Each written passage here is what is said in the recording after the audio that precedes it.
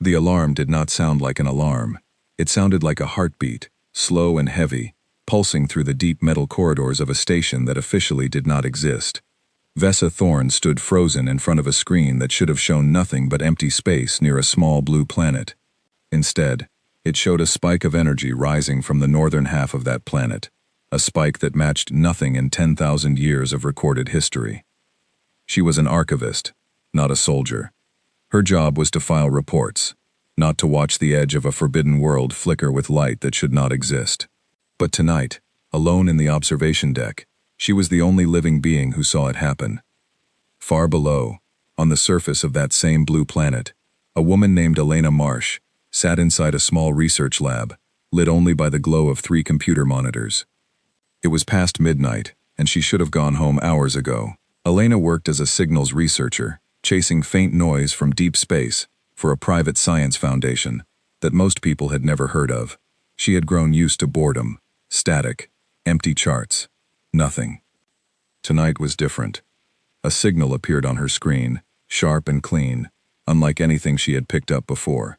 It was not random noise from a star or a passing satellite. It had structure. It had rhythm. It looked, impossibly, like something built on purpose.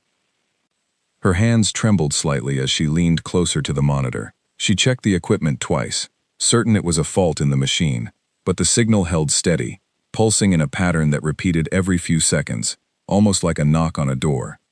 She had no idea that, at that exact moment, far above the clouds and far beyond the reach of any telescope on Earth, an entire civilization was staring down at her planet in alarm. For 10,000 years, one law had shaped the destiny of an entire galaxy. It was simple, absolute, and never questioned by anyone who valued their place in council space. The people of Earth must never know they were being watched. They must never learn that beyond their sky lived thousands of worlds, thriving in quiet order, bound together by peace treaties older than most human languages. Earth alone was different. Earth alone was kept in the dark. The reasons were rarely spoken aloud, but every council officer understood them. Humanity was seen as unstable, a species capable of astonishing kindness and astonishing cruelty within the same generation. A species that built cities and burned them down. A species that could not be trusted with the truth of the stars. Not yet, and perhaps not ever. So the council built a quiet wall around the solar system. Hidden ships drifted at the edges of human detection, their engines silent, their hulls invisible to any scanner Earth had ever built. Specially trained agents called observers lived among ordinary people, blending into daily life so completely that even their closest neighbors never suspected the truth. They watched, they recorded, and above all, they made sure nothing slipped through the cracks. Vesa Thorne had grown up believing this was simply how the universe worked. She had studied the histories, filed the reports, and never once questioned why one single planet deserved such extreme caution. Until tonight. She stared at the screen, watching the strange spike of energy rise and fall in a rhythm that felt deliberate. According to every training manual she had ever read, human technology was decades away from producing anything like this. Yet here it was, blinking steadily from a small lab in a quiet corner of the planet below. She reached for the communicator on her desk, then stopped. If she reported this through normal channels, it would be flagged, reviewed, and likely buried by senior officers who preferred silence over uncomfortable questions. She had seen it happen before with smaller anomalies. A strange metal fragment recovered from an old shipwreck, a cave painting that appeared to describe orbital mechanics centuries before humans understood gravity. Every time, the reports vanished into locked archives, and no one spoke of them again. But this felt different. This felt bigger. Instead of the ordinary report channel, Vesa opened a private data terminal and began pulling old records, searching for anything that might explain why a species trapped in quarantine could produce a signal advanced enough to catch the attention of a council monitoring station. The first file she found was heavily restricted, sealed under a classification she had never been cleared to view. Her fingers hovered over the screen.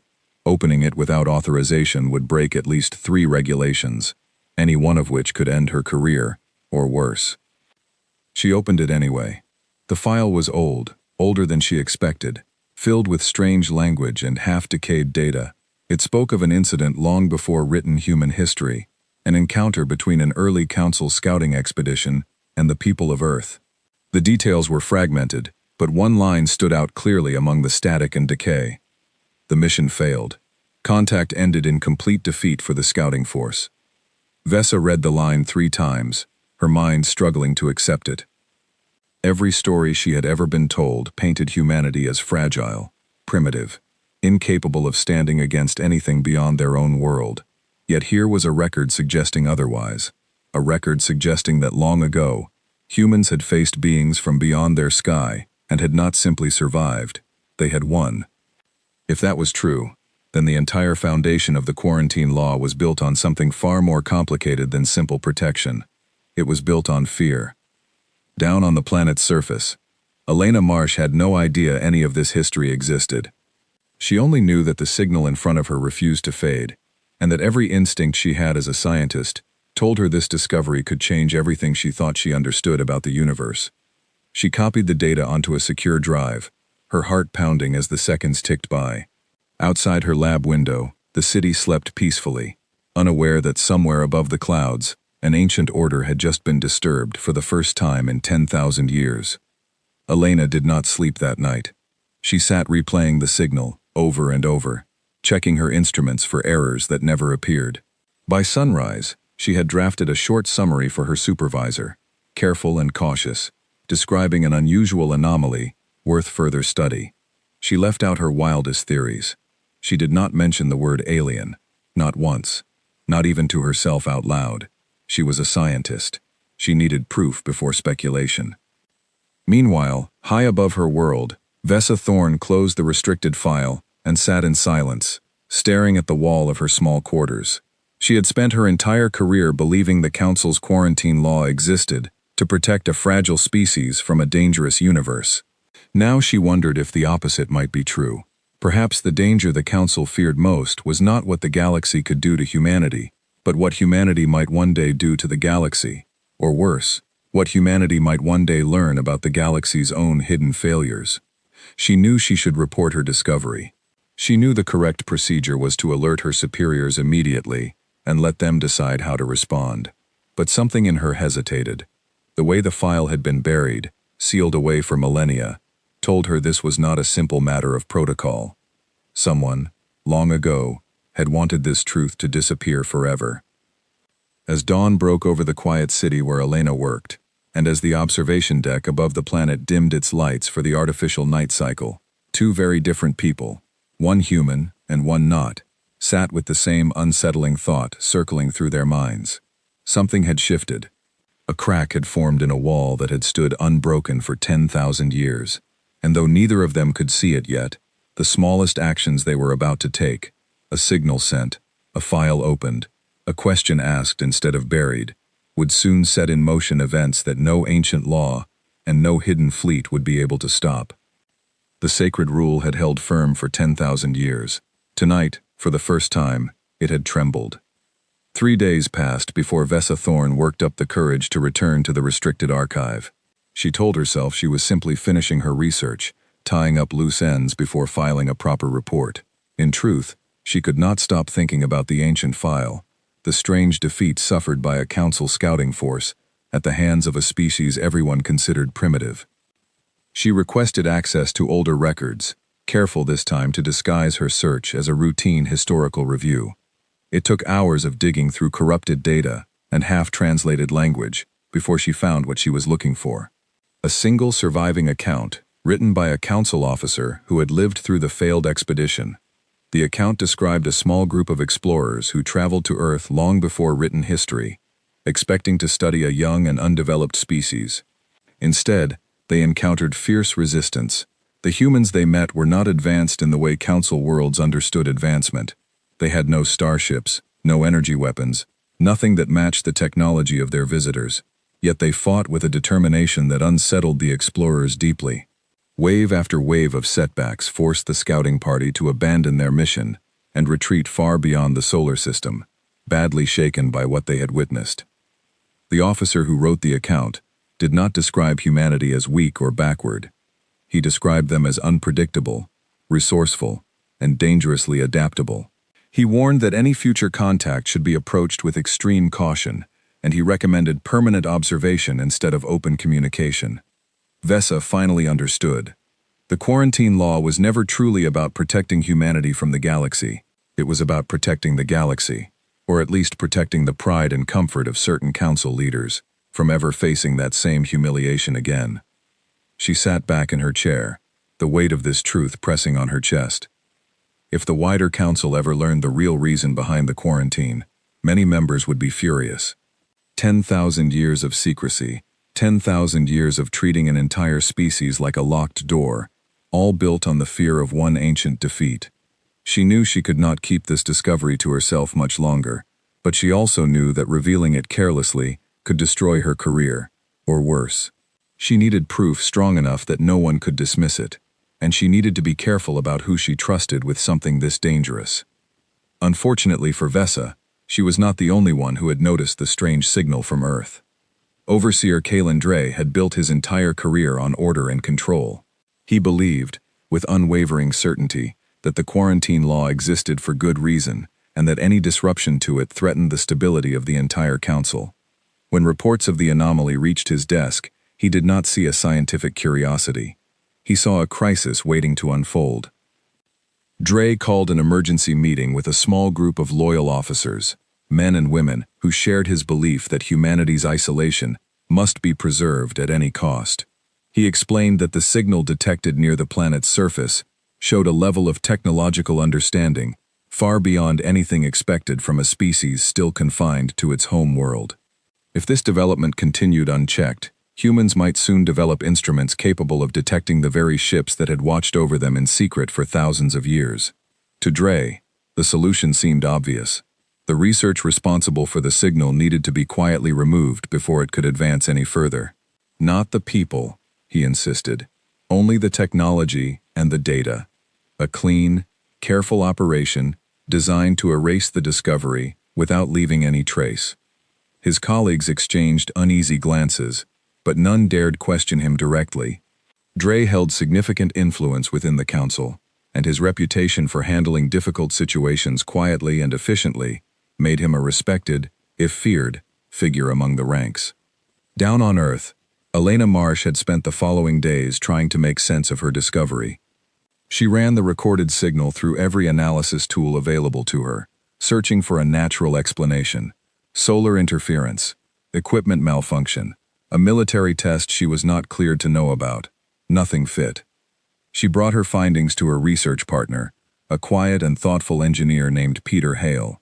Peter had worked alongside her for years, and though he was usually skeptical of dramatic claims, even he had to admit the pattern in the signal defied easy explanation. Together, they decided to expand their search, adjusting their equipment to scan a wider range of frequencies. What they found next left them both speechless. Buried within old satellite records from several years earlier, faint traces of the same strange pattern appeared again and again, as if something had been quietly present in the data all along, simply overlooked by researchers who were not looking for it. Elena felt a mixture of excitement and unease settle over her. If this pattern had existed for years, hidden within ordinary data, then whatever was producing it had been there far longer than anyone realized. She began to wonder, cautiously at first, whether the signal might not be coming from Earth at all, but from something watching Earth from a distance. She kept this theory to herself for now, unwilling to say something so extraordinary out loud, until she had stronger evidence. Instead, she and Peter quietly began building a more sensitive detection system, hoping to capture a clearer picture of whatever they were truly dealing with. Meanwhile, aboard the hidden council station, Vesa made a decision that would change the course of everything that followed. She reached out to a colleague she trusted, a quiet records technician named Corin Vale, and shared a portion of what she had discovered. Corin listened carefully, clearly troubled by the implications, but he warned Vesa against pursuing the matter further. He reminded her that officers who challenged long-standing council decisions rarely ended their careers gracefully. Some, he said quietly, simply disappeared from official records altogether. Vesa understood the risk, but she could not shake the feeling that silence was no longer an option. She began compiling her research into a private file, intending to present it eventually to a sympathetic member of the wider council. someone with enough influence to demand a proper investigation rather than another convenient cover-up. She did not know that, at the very same time, Overseer Dre had already finalized his plans. His operation would target the research facility, where the signal had first been detected, using a small team of highly trained agents, skilled in quiet infiltration. Their orders were clear: locate the source of the anomaly, remove all evidence, and ensure the humans responsible never realized what had truly happened. Dre believed this operation would restore balance, silencing the anomaly before it could grow into a larger problem. He did not consider, or perhaps refused to consider, that sending armed agents into a human facility carried enormous risk. Humans, unlike many species under Council observation, tended to react to threats with immediate and sometimes unpredictable resistance. As the mission date approached, tension grew on both sides of the divide, though neither side yet understood how closely their paths were about to collide. Elena and Peter worked late into the night, refining their equipment and preparing for their next attempt to capture a clearer signal. Vesa quietly gathered every piece of evidence she could find, preparing to challenge a system she had trusted her entire life. And somewhere in the space between them, hidden ships began adjusting their course, drifting silently toward the very facility that had, without knowing it, begun to unravel the galaxy's oldest and most carefully guarded secret. The sacred rule that had protected the boundary between two worlds for 10,000 years was no longer simply cracking, it was about to break. The night the operation began, Elena Marsh was still inside the research lab, unwilling to leave until she had reviewed one more set of readings. Peter Hale had gone home hours earlier, exhausted from days of little sleep, leaving Elena alone with the quiet hum of machines and the soft blue glow of her monitors. She did not notice the small changes at first: a flicker in the building's security cameras, a brief pause in the internet connection. Nothing dramatic, nothing that would alarm an ordinary employee working late, but Elena had spent years trained to notice patterns, and something about the timing felt wrong. She saved her latest data file just as the lights in the hallway outside flickered once, then steadied again. 3 figures moved through the facility with practiced precision. They wore ordinary clothing, nothing that would draw attention if seen from a distance, yet their movements carried a strange, controlled quietness that no ordinary intruder could match. They were Council agents, trained for operations exactly like this one, tasked with locating and erasing every trace of Elena's discovery. Their leader, a calm and methodical agent known only by the designation Cyril, carried a small device capable of wiping digital storage completely, along with instructions to gather any physical evidence connected to the anomaly. Overseer Dre had been clear: no harm to any human, only removal of the technology and data. Cyril's team moved swiftly through the lower levels of the building, bypassing locked doors with tools far beyond anything human security systems were designed to resist. Within minutes, they reached the main server room, where backups of Elena's research were stored. At the same time, unaware of the danger drawing closer, Elena finished reviewing her notes and stood to stretch, glancing toward the hallway out of habit. She noticed the flickering light again, this time lasting slightly longer than before. A small knot of unease tightened in her stomach. She grabbed her portable drive, the one containing her most important files, and slipped it into her bag out of pure instinct, telling herself she was simply being cautious after a long, strange week. Down in the server room, Cyril's team began their work, quickly locating the digital archive containing months of Elena's research. As the wiping device activated, however, something unexpected occurred. A separate backup, one Elena had created earlier that same evening without informing anyone, existed on a private drive tucked inside her desk, completely outside the main system the agents had been sent to erase. Cyril's team had no way of knowing this backup existed. Their scans, calibrated only for the primary network, showed a clean and successful wipe. Satisfied their mission was nearly complete, they prepared to leave the building undetected, exactly as planned. But plans, especially delicate ones built on secrecy, often fail in small, unexpected ways. As the agents moved toward the exit, one of Elena's late-night colleagues, a security guard named Nathan Ellery, noticed movement on a monitor that should have shown an empty hallway. Trained to investigate any unusual activity, Nathan approached the area cautiously, his footsteps echoing softly through the quiet building. He rounded a corner just as Cyril's team attempted to slip past unnoticed. For a brief, tense moment, human eyes met something that did not belong in an ordinary security guard's world. Cyril, trained for exactly this kind of unexpected encounter, activated a small device designed to erase short-term memory, intending to leave Nathan with nothing more than a vague sense of confusion. The device worked as intended. Nathan blinked, shook his head, and continued his patrol, convinced he had simply imagined the shadow in the hallway. He would remember nothing of what he had seen. Elena, however, one floor above, had already begun making her way toward the parking area, her instincts urging her to leave earlier than usual. As she passed near the stairwell, she noticed a faint, unfamiliar hum in the air, almost like a low vibration beneath her feet. She paused, listening carefully, before continuing on, dismissing it as nothing more than the building's aging ventilation system.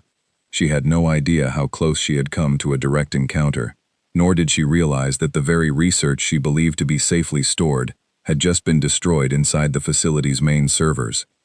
By the time Cyril's team completed their withdrawal, satisfied their mission had succeeded without complications, Overseer Dre received confirmation that the operation had gone according to plan.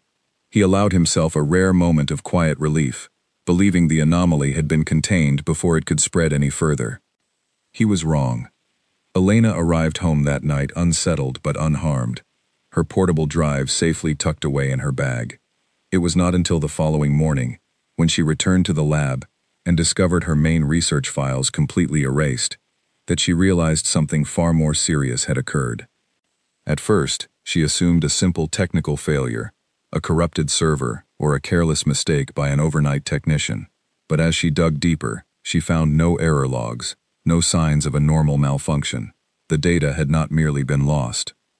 It had been deliberately and expertly removed, leaving behind almost no trace of how it happened. Peter Hale arrived soon after, equally stunned by the situation. Together, they examined every possible explanation, growing more confused and increasingly uneasy with each passing hour. It was only when Elena remembered the strange flickering lights and the odd humming sound from the night before that a chilling thought began to take shape in her mind. She retrieved her portable drive from her bag, grateful beyond words that she had, for no clear reason, decided to make a personal backup that particular evening. When she opened the files, she found her research completely intact, along with something new, something she had not noticed during her exhausted late-night review. A fragment of additional data, tucked quietly within the recorded signal, contained a pattern unlike anything she had seen before. It resembled, unmistakably, a form of structured communication, far too advanced and far too deliberate to be dismissed as coincidence or natural interference. Whoever, or whatever, had erased her main files, had missed this single, crucial piece of evidence. Meanwhile, high above the planet, an observer stationed within the same research facility for years, quietly blending into human life under the name Daniel Cross, watched the entire situation unfold with growing unease. Daniel had lived among humans for over a decade, tasked with monitoring exactly the kind of anomaly Elena had uncovered. Unlike many of his colleagues, years of close observation had left him with a quiet, growing respect for the species he was meant to simply watch from a distance. When he learned of Dre's operation and the deliberate erasure of Elena's research, something inside him shifted. He had followed council orders faithfully for years, believing firmly in the necessity of the quarantine. But watching an innocent researcher's work destroyed simply to preserve a secret built on fear troubled him deeply. Daniel made a decision that would have been unthinkable to him only weeks earlier. Rather than report Elena's surviving backup to his superiors as protocol demanded, he chose to remain silent, allowing her to keep the one piece of evidence that had survived the operation. It was a small act, quiet and easily overlooked, yet it would prove to be the single most important decision in the story that followed. Elena, unaware of the invisible guardian who had chosen her side, spent the following days carefully studying the surviving data fragment. The structured pattern within the signal continued to defy every natural explanation she attempted. Slowly, cautiously, she allowed herself to consider a possibility she had avoided saying aloud until now. She was not simply looking at strange interference from deep space. She was looking at proof, real and undeniable, that something intelligent, something far beyond human technology, had been present and active far closer to Earth than anyone had ever imagined. Far above her, aboard the hidden council station, Vesa Thorne received troubling news of her own. Word of Dre's unauthorized operation reached her through a cautious warning from Corin Vale, who explained in hushed tones that a covert mission had been carried out against the very research facility Vesa had been investigating. Vesa felt a cold wave of understanding settle over her. Dre had not simply ignored the growing anomaly. He had taken direct, aggressive action to erase it, action that violated even the Council's own strict protocols regarding contact and interference. She now held two dangerous pieces of knowledge. The ancient truth behind humanity's quarantine, buried and hidden for millennia, and proof that a senior council officer had authorized an illegal operation against an unaware and defenseless species.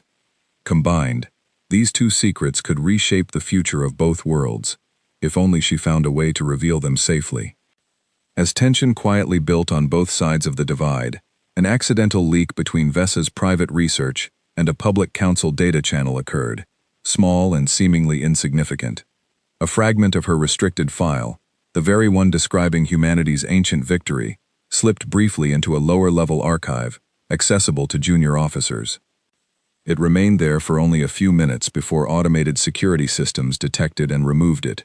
But a few minutes, as it turned out, was more than enough time for one curious officer to notice, copy, and quietly begin asking questions of his own. The wall built to separate two worlds for 10,000 years had already been struck by cracks no one could easily repair.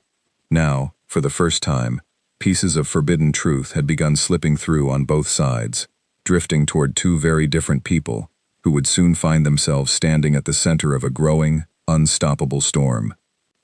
Elena Marsh stared at the pattern glowing on her screen for the 100th time that week, and this time, she finally allowed herself to say the words out loud. Someone else had made this signal.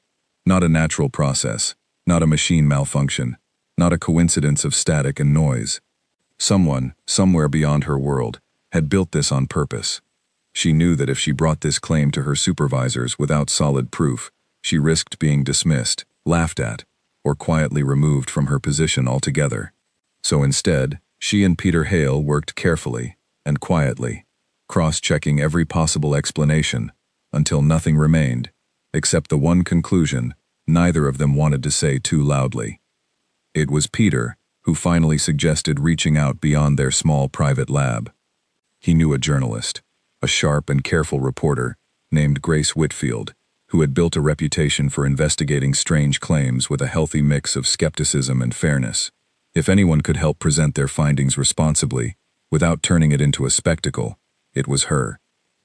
Grace listened to Elena's explanation with careful attention, asking pointed questions and requesting to see the data firsthand before agreeing to anything. After days of quiet verification, working with independent experts who confirmed the signal's unnatural structure, Grace agreed to help prepare a careful, evidence-based report. None of them realized how quickly the story would spread once it became public. Within hours of Grace's article going live, the calm, careful tone she had worked so hard to maintain was overwhelmed by a wave of global reaction no one could control. News networks around the world picked up the story, some treating it with genuine scientific curiosity, others turning it into dramatic, sensational headlines. Social media exploded with theories, fears, and excitement in equal measure.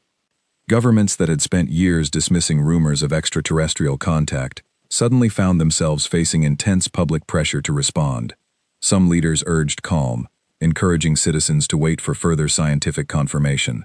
Others reacted with alarm, quietly mobilizing defense agencies, unsure whether the signal represented discovery or danger. Elena found herself thrust unwillingly into the spotlight, fielding requests from scientists, officials, and curious citizens from every corner of the globe.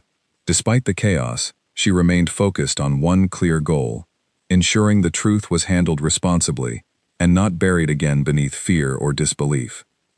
High above the planet, the sudden and very public reaction to Elena's discovery sent shockwaves through the council station as well. What had once been a carefully guarded secret, hidden behind 10,000 years of quiet observation, had now become impossible to fully contain. Overseer Dre watched the unfolding chaos with growing alarm. In his mind, this confirmed everything he had feared. Humanity, once exposed to even a fragment of the truth, had reacted exactly as he predicted, loudly, unpredictably, and without the careful restraint the Council valued so highly. He called an emergency session with his closest allies, insisting that stronger action was now required. If humanity could not be quietly guided back into ignorance, he argued, then a more direct approach must be considered, one designed to contain the situation before it spread further into the wider galaxy. Vesa Thorne, watching from a distance as Dre pushed his agenda forward, understood the danger of his growing influence. She realized that if she did not act quickly, humanity's first steps into the wider universe might be met not with careful guidance, but with fear-driven force. She made the most difficult decision of her career. Rather than continue working quietly within the system, hoping to eventually present her findings through proper channels, she chose to step outside it entirely. She would reach out directly to the very species the Council had spent millennia hiding from. Using her knowledge of old, rarely monitored communication routes, Vesa managed to send a carefully constructed message toward Earth, one designed to reach exactly the person she believed could be trusted with the truth, Elena Marsh. The message arrived quietly, buried within a routine data stream Elena's team monitored as part of their ongoing research. At first, she assumed it was simply another fragment of unexplained noise. But as she examined it closely, she realized the pattern was different this time, structured not as a random signal, but as an actual message, translated in part into a simplified form of written language. The message was brief, but its meaning was unmistakable. It confirmed everything Elena had begun to suspect. Humanity was not alone, had never truly been alone, and had been quietly watched for longer than she could have imagined. It also carried a warning, gentle but clear, that not everyone beyond the stars wished humanity to learn the truth peacefully. Elena read the message several times, her hands trembling slightly, as the full weight of its meaning settled over her. She immediately contacted Grace Whitfield and Peter Hale, sharing the discovery with the same careful caution she had used from the very beginning. Together, they debated how best to respond. Announcing the message publicly risked triggering even greater panic, especially with tensions already running high across the globe. Yet keeping it hidden felt equally dangerous, particularly given the warning embedded within its careful wording. Meanwhile, aboard the Council station, Vesa's message had not gone unnoticed for long. A routine security sweep detected the unauthorized transmission, quickly tracing it back to her personal terminal. Within hours, she found herself summoned before a tense and unfriendly panel of senior officers, Overseer Dre seated prominently among them. Vesa stood calmly before the panel, fully aware of the risk she had taken. She explained her actions honestly, describing the ancient records she had uncovered, the illegal operation Dre had authorized, and her belief that continued secrecy would only lead to greater conflict between two civilizations that deserved the chance to understand one another properly. Her words, though carefully chosen, did little to soften the anger in Dre's expression. He accused her of reckless endangerment, of jeopardizing 10,000 years of careful balance for the sake of a species he still firmly believed could not be trusted. Yet Vesa was not entirely alone. A handful of officers present, quietly troubled by the illegal raid on Elena's research facility, began to question Dre's judgment openly for the first time. A slow, uncertain divide began forming within the room, one that would soon grow far larger than anyone expected. Down on Earth, Elena and her small group of trusted allies made a difficult but necessary decision. Rather than releasing the full message publicly, they chose to share its existence carefully with a small circle of international scientists and government officials, hoping to build a foundation of informed cooperation before wider panic could take hold. The response was mixed, cautious hope from some, deep suspicion from others. But slowly, a quiet coalition began to form, made up of individuals willing to approach the unfolding situation with careful thought rather than fear. Above them, the divide within the Council continued to widen. Dre, sensing his influence beginning to slip, grew increasingly determined to act before the balance shifted entirely out of his favor. He began quietly assembling a larger operation, one far more serious than the small covert team sent to Elena's lab. This time, his plan involved a full show of force, a fleet positioned to make humanity's continued defiance impossible to ignore, a clear and undeniable demonstration meant to remind the newly awakened species of exactly how small and vulnerable they truly were. Vesa, informed of Dre's growing plans through Corin Vale's cautious warnings, understood the stakes had risen far beyond her initial hopes for peaceful disclosure. What had begun as a quiet search for truth had now become a race against time, a desperate effort to prevent history's greatest secret from ending in confrontation rather than understanding. As tension built steadily on both sides of the divide, humanity stood at the edge of a discovery unlike any before it, caught between the excitement of finally learning the truth and the growing fear of what that truth might ultimately cost them. The sacred rule, broken beyond repair, had given way to something far more unpredictable, a galaxy quietly preparing to decide, once and for all, whether humanity's awakening would lead toward peace or toward conflict neither side could fully control.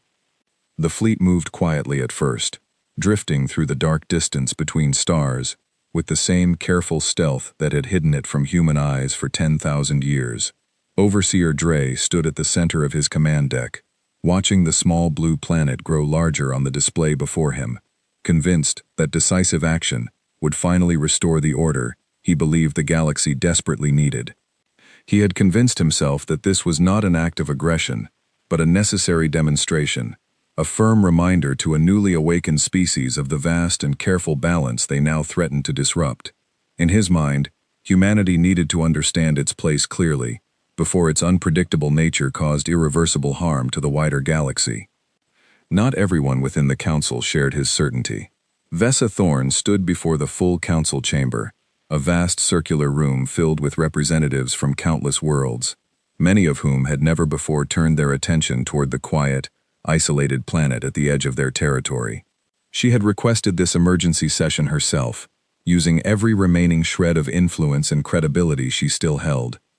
She presented her findings clearly and carefully, laying out the ancient record of humanity's forgotten victory, the true origin of the quarantine law, and the recent illegal operation authorized by Dre against an unaware and defenseless research facility.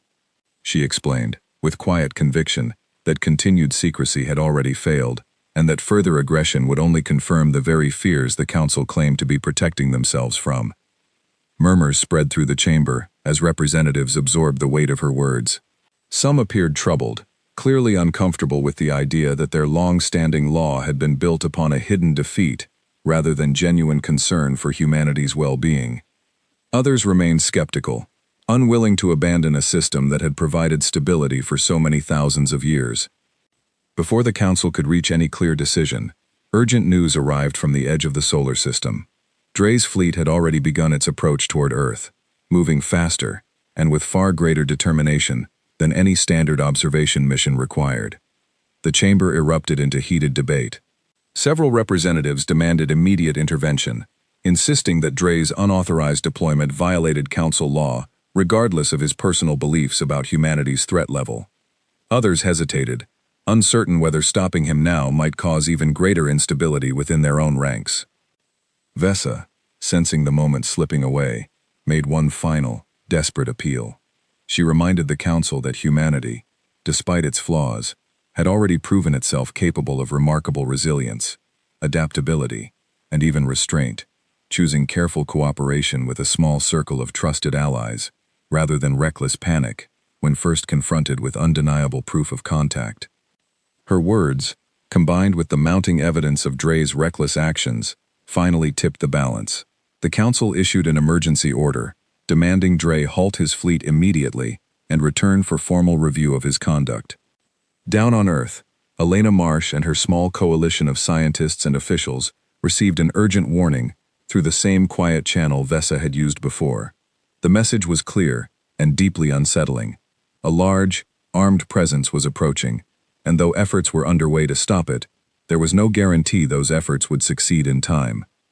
Panic threatened to spread instantly through the small group entrusted with this knowledge, but Elena, drawing on the same calm determination that had guided her from the very beginning, urged caution over chaos. She reminded her colleagues that fear-driven decisions now could cause more harm than any distant fleet ever could. Together, they made a bold and difficult choice. Rather than hiding the threat or preparing for open conflict, they would respond with clear, calm communication, broadcasting a message of their own toward the approaching fleet, one meant to demonstrate humanity's willingness to engage peacefully rather than react with hostility or fear. Crafting the message took careful thought. It needed to convey strength without aggression, curiosity without desperation, and above all, a genuine desire for mutual understanding rather than confrontation.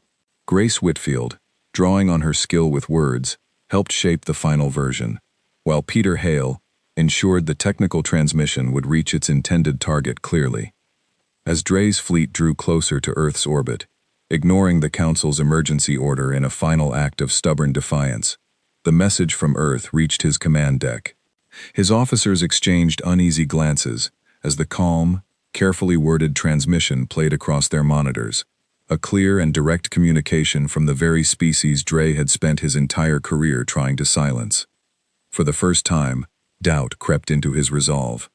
He had expected fear, panic, perhaps even a desperate attempt at defense. Instead, he found himself facing calm, deliberate outreach, exactly the kind of behavior that contradicted everything he had long believed about humanity's inherent instability. Before Dre could decide how to respond, a second transmission arrived, this time from the Council itself, carrying an unmistakable and final order. His authority had been formally revoked. Any further advance toward Earth would be considered a direct violation of Council law, subject to immediate consequence. Dre stood in silence for a long moment, staring at the small blue planet now filling his display entirely. Years of certainty, built upon inherited fear and ancient pride, wavered under the weight of everything unfolding before him. Slowly, reluctantly, he gave the order to halt his fleet's advance. It was not a peaceful surrender, nor a sudden change of heart, but a quiet, forced acceptance that the world he had sworn to protect from humanity's supposed danger was no longer his to control. News of the fleet's withdrawal reached Earth within hours, carried through the same careful channel that had connected Elena's team to Vesa from the very beginning. Relief spread through the small coalition, though none of them believed the greater challenge ahead had truly ended. This was not a final resolution, but a fragile, uncertain beginning. In the following weeks, careful negotiations began, slow and deliberate, between representatives chosen by the Council and a small, trusted group of human leaders, assembled quietly to avoid unnecessary panic. Vesa Thorne, no longer bound by secrecy, played a central role in these early discussions, determined to ensure the mistakes of the past were never repeated. Elena Marsh, once a quiet researcher chasing faint signals in the dark, found herself standing at the center of humanity's first genuine step into a much larger universe. She approached the responsibility with the same careful determination that had guided her from the very first strange pattern she had noticed on her monitor, curious, cautious, and unwilling to let fear dictate the path forward. Overseer Dre faced formal review before the Council, his actions condemned as a dangerous overreach that had nearly triggered the very conflict his quarantine law was meant to prevent.